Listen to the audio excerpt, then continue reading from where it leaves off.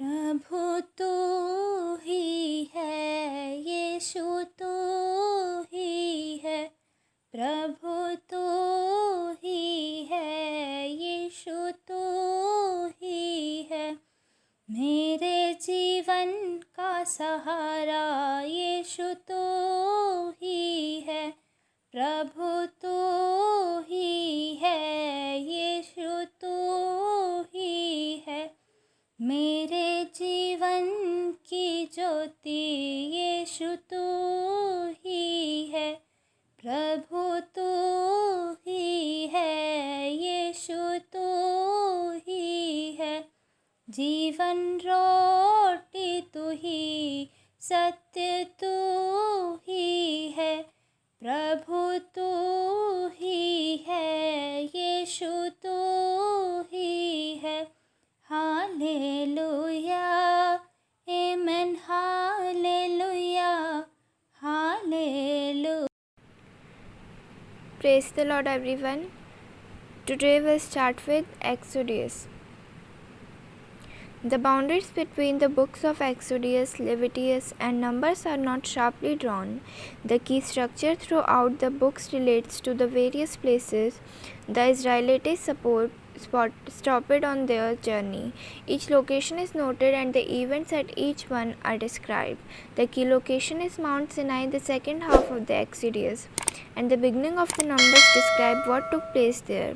Leviticus specifically contains the law and regulations the Lord gave to Israel. Numbers reports how the people were organized in the fighting force and moved toward the promised land. Numbers reaches back across Leviticus and Exodus and repeats the phrase that structured Genesis. This is the account of family of Aaron and Moses. Number 3 and 1. Appropriately, we heard this phrase for the 12th time as the 12th tribes are being organized into a nation.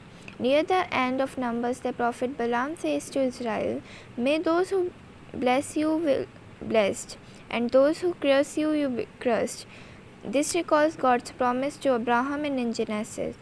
"I will bless those who bless you, and whoever curses you, I will curse."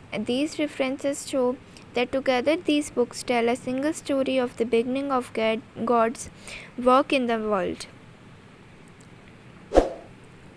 These are the names of the sons of Israel who went to Egypt with Jacob, each with his family: Reuben, Simeon, Levi, Judah, Issachar, Zebulun, and Benjamin; Dan and Naphtali, Gad and Asher, the descendants of Jacob, number 17 in all. Joseph was already in Egypt. Now Joseph and all his brothers and all their generation died, but the Israelites were exceedingly fruitful. They multiplied greatly, increased in numbers, and became so numerous that the land was filled with them. Then a new king, to whom Joseph meant nothing, come to power in Egypt. "Look," he said to his people, "the Israelites have become far too numerous for us.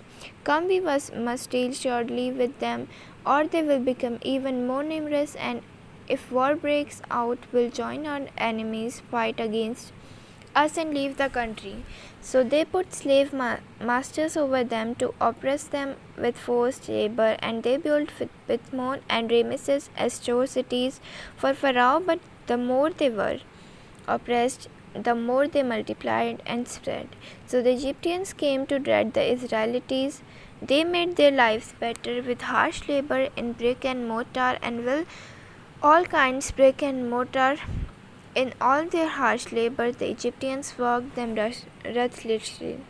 The kings of Egypt said to the Hebrew midwives, whose names were Shiphrah and Puah, "When you are helping the Hebrew woman during childbirth on the delivery stool, if you see that the baby is a boy, kill him, but if it is a girl, let her live." The midwives, however, feared God, and he did not do what the king of Egypt had told them to do. They let the boys live. Then the king of Egypt summoned the midwives and asked them, "Why have you done this? Why have you let the boys live?" The midwives answered Pharaoh, Hebrew women are not like Egyptian women. They are vigorous and give birth before the midwives arrive. So God was kind to the midwives, and the people increased and became even more numerous. And because the midwives feared God, he gave them families for their own. Then Pharaoh gave this order to all his people. Every Hebrew born that is born you must throw into the Nile, but let every girl live. The birth of Moses, Exodus 2. Now a man of a tribe of Levi married a Levite woman, and she became pregnant and gave birth to a son. When she saw that he was a fine child, she hid him for 3 months. But when she could hide him no longer, she got a papyrus basket for him and coated it with tar and pitch. Then she placed the child in it and put it among the reeds along the bank of a Nile. His sister stood at a distance to see what would happen to him. Amen. God bless you all.